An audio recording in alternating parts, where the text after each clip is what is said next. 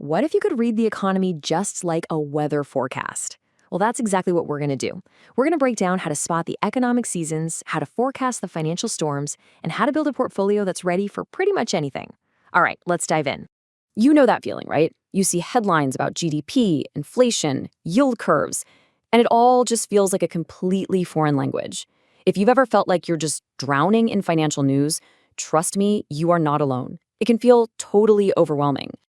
Well, think of this as your personal translator. Our whole goal here is to help you filter out all that noise and find the clear signal. We're going to give you a simple framework, a kind of toolkit, to help you read the economic environment like a total pro. So, the absolute best way to think about the economy is as a weather system.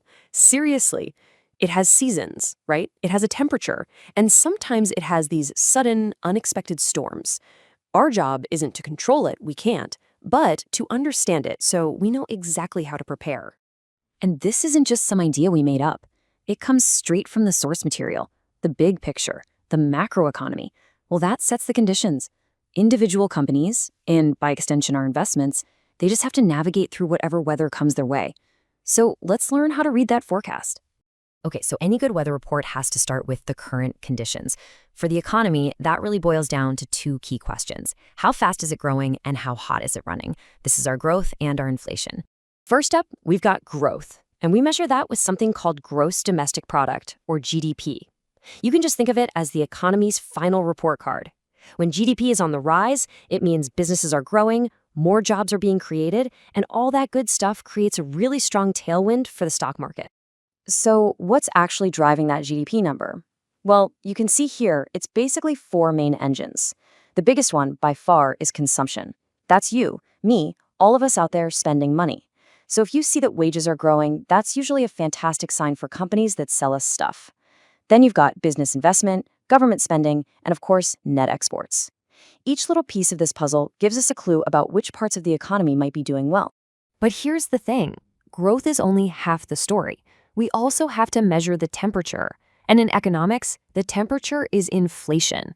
It is the silent killer that can make all your investment gains just disappear. Now, this slide is so important because it breaks down the difference between what you see on your statement and what you actually feel in your wallet.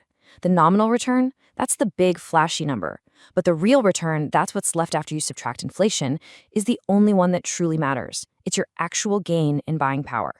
Okay, so we know how to read the current weather. That's great, but what about forecasting? How do we see the storms on the horizon before they hit? Well, for that, we turn to one of the most powerful, most reliable predictors in all of finance, the bond market. And it's really just simple logic. I mean, if you're going to lend someone money for 10 years instead of just 2, you demand a higher interest rate, right? You want to be compensated for that extra time and risk. That creates this nice, healthy, upward-sloping line we call the yield curve. This is the sign of a happy economy.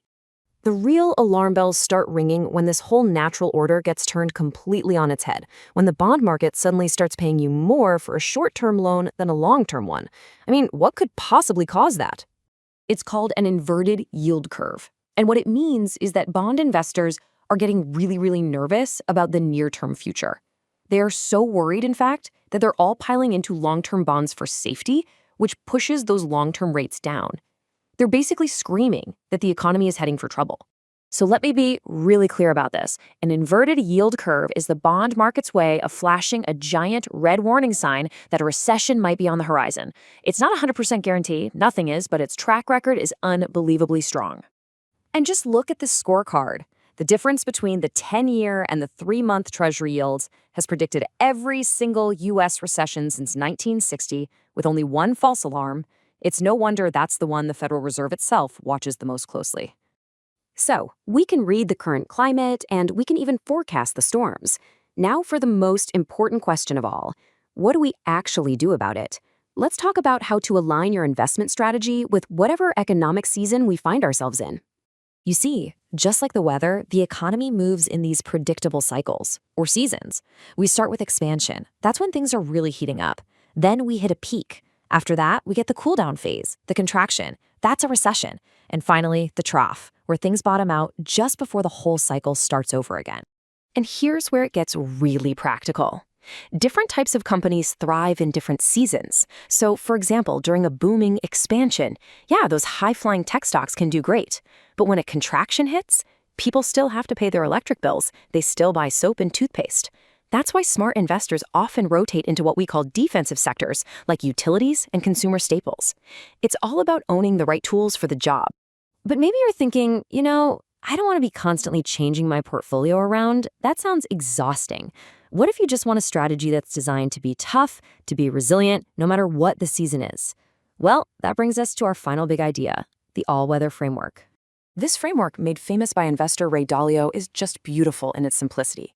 It basically says there are only 4 economic environments you ever need to prepare for. Look at the bottom left. Growth is rising, inflation is falling. That's a perfect world for stocks. But what about that tough one in the top right, falling growth and rising inflation? Well, that's when assets like gold and commodities tend to shine. The whole goal is to own a piece of something that will do well in each of these boxes, creating a truly balanced portfolio that's built for survival, not just for sunny days. At the end of the day, we can't control the economic winds. We can't stop the rain from falling. But by understanding these big forces, growth, inflation, and the cycles of the market, we can build a much better ship and set a much smarter course. So the only question left is, are you ready to navigate it?